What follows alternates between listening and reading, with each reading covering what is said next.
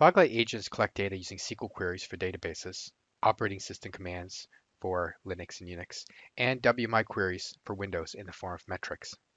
This metric data is constantly checked by rules in the Foglight management server. A rule is defined for each metric, and this rule then checks the metric data to confirm if a condition is matched. When a condition is matched, users are alerted in the form of an alarm and an email notification if it is configured. In order for a rule to recognize when an alarm should be triggered, the rules use either thresholds or a Boolean condition. Some rules track baselines and will fire according to the baseline thresholds. These baseline thresholds have their own learning curve and an inner algorithm and cannot be modified. There are three types of rules are rules that use strict threshold numbers. For example, DBSS long-running job will fire an alarm when a running job takes longer than a predefined threshold and the average running time. Rules that track against baseline thresholds, for example, the DBSS total connections baseline deviation, will fire an alarm when the total number of collections is outside the recently normal range, or rules that match against Boolean conditions, such as yes, no, true, false, and enable, disabled. For example, DBSS usability connection availability will fire an alarm when a connection to a SQL Server instance fails. The alarms pane displays color-coded indicator of the monitored host status. When the metrics or workload resources behave normally, without any deviations, the alarm representation is displayed in a gray color. When a configured baseline or threshold has been exceeded, the alarms will be displayed in colors that represent levels of severity, which can range from yellow to red.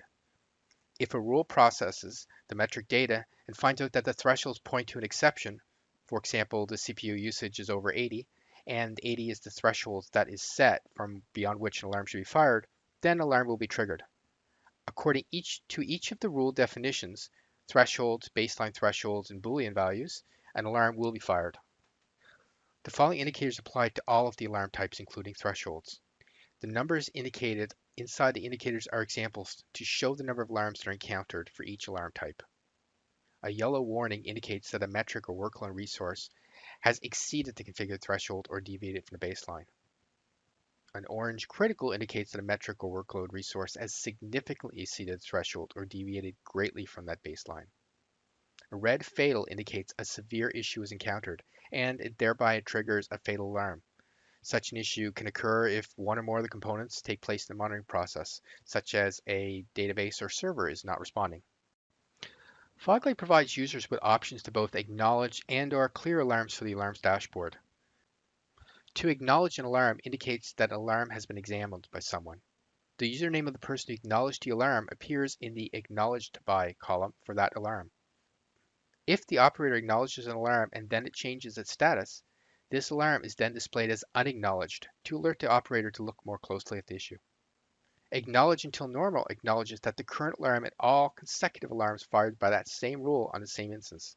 This option is available to an outstanding, not yet cleared alarm only. For example, let's assume that an alarm goes from warning to critical, to warning to fatal, to critical to clear.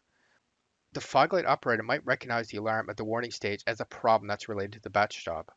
If so, that operator would want to acknowledge the warning and all of the subsequent alarms until normal. So anyone else looking at that alarm console will know that he or she has taken a look at the problem. Clear clears the alarm from the list. Cancel returns to the previous view. Alarms are acknowledged automatically when severity status is changed, for example, from yellow to red or from orange to yellow. When an alarm is fired, it won't fire again.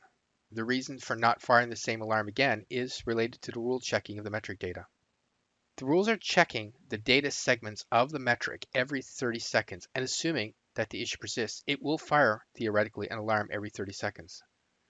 In order to avoid a huge overhead, the rule checks both the metric data and if an alarm is already fired, assuming that there is a need for an alarm, of course. If there is a need for an alarm on one hand and an alarm on the same subject or metric was previously fired, then the current alarm stays put and no new alarm will be triggered.